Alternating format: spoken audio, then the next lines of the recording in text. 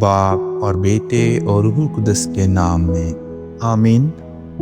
ہمارے لیے آج کی تلاوت ارمیہ نبی کا صحیفہ، اس کا 23واں باب اور اس کی 5ویں آیت سے لے کر 8ویں آیت تک۔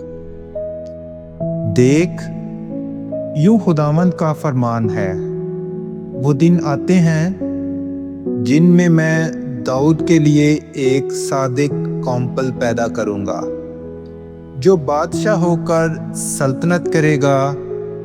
وہ دانش مند ہوگا اور زمین پر عدل اور صداقت کا کام کرے گا۔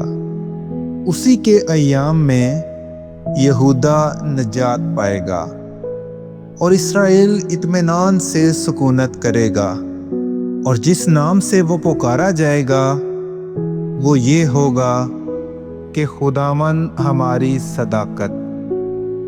اس لیے دیکھ، وہ دن آتے ہیں، یوں خداوند کا فرمان ہے، جن میں پھر نہ کہا جائے گا کہ زندہ خداوند کی قسم جو بنی اسرائیل کو ملک مصر سے نکال لایا، بلکہ زندہ خداوند کی قسم جو اسرائیل کے گھرانے کی اولاد کو شمال کے ملک سے اور ان تمام ممالک سے نکال لایا جہاں جہاں اس نے انہیں ہانک دیا تھا، اور وہ اپنے ہی ملک میں بسیں گے۔